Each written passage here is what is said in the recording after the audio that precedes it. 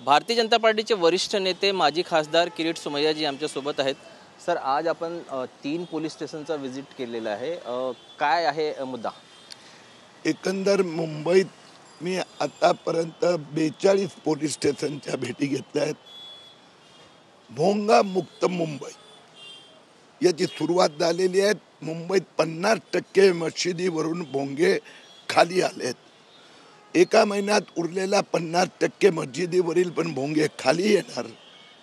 मस्जिदच्या लोकांना, ट्रस्टींना जर स्पीकरची गरज असेल तर 15x10 बॉक्स स्पीकर वापरता येणार। आपण प्रार्थना करा, मस्जिदीत करा, आसपासच्या लोकांना भोंग्याचा गोंगाट मुक्ती। 3 police station VP road, Pydhonie आणि LT मार्ग ह्या क्षेत्रामध्ये काय परिस्थिती आहे?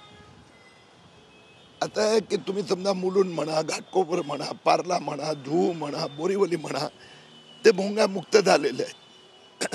आता मी या परिसरावर लक्ष केंद्रित केलं आहे की जिथे मुस्लिम बहुल वस्ती आहे, तर तिथेही पोलीस अधिकारी समजवतात ट्रस्टींना। तिथेही सुरू झालं।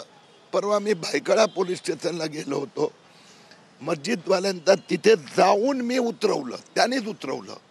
म्हणून सगळ्या ठिकाणी यांना 2 दिवस जास्त लागणार, भोंगे तर खाली येणारच।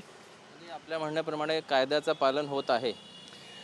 वास्तविकरित्या गणेशोत्सव असतो, नवरात्र उत्सव असतो, की राजकीय पक्षांची सभा असतो, सगळ्या ठिकाणी भोंगा गायब झालेला आहे।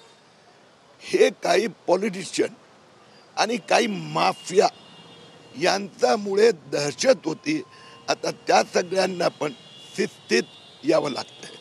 शेवटचा प्रश्न, छगन भुजबळ साहेब आज पुन्हा मंत्री झाले। एकेकाळी आपण त्यांच्या विरोधात तक्रार केलेली होती। सगळ्यांना शुभेच्छा, सगळ्यांनी चांगलं काम करावं। एकंदरीत हे होते किरीट सोमय्याजी। त्यांनी जे भोंगे मुक्त मुंबई करण्यासाठी प्रयत्न सुरू केलेला आहे, त्याला कुठेतरी यश मिळत आहे असं त्यांचं म्हणणं आहे। कॅमेरा पर्सन मोहनसह ब्रिजभान जयस्वार, TV9 मराठी।